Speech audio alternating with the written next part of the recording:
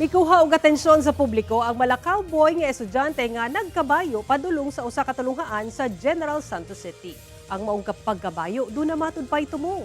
Atong Siron pinaagi ni ining report.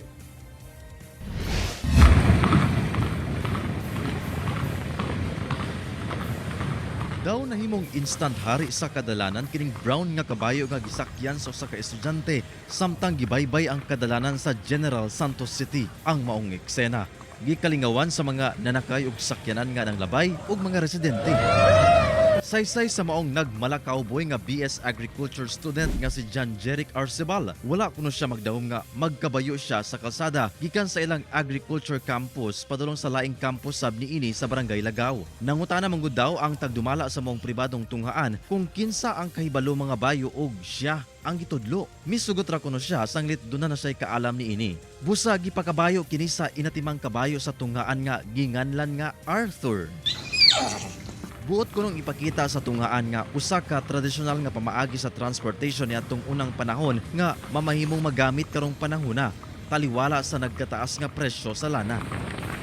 Imbes diri lang to gapon, so engon ni ma'am na magadto na lang Lagaw para ma-promote po ang sa pagtaas sa gas ba. Magpanawagan.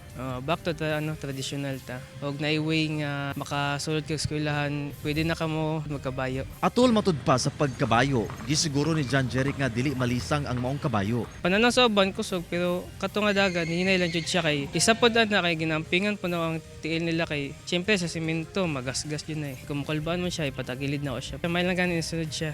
Ginakuan pa og pahayag ang tagdumala sa tulunghaan. Apan sumala pa ang maong kabayo, padayong ginaatiman sa tungaan, kauban ang uban pang mga pony o gagmayng breed sa kabayo. Kauban si Gary Balantay, Efren Mamak. One Mindanao.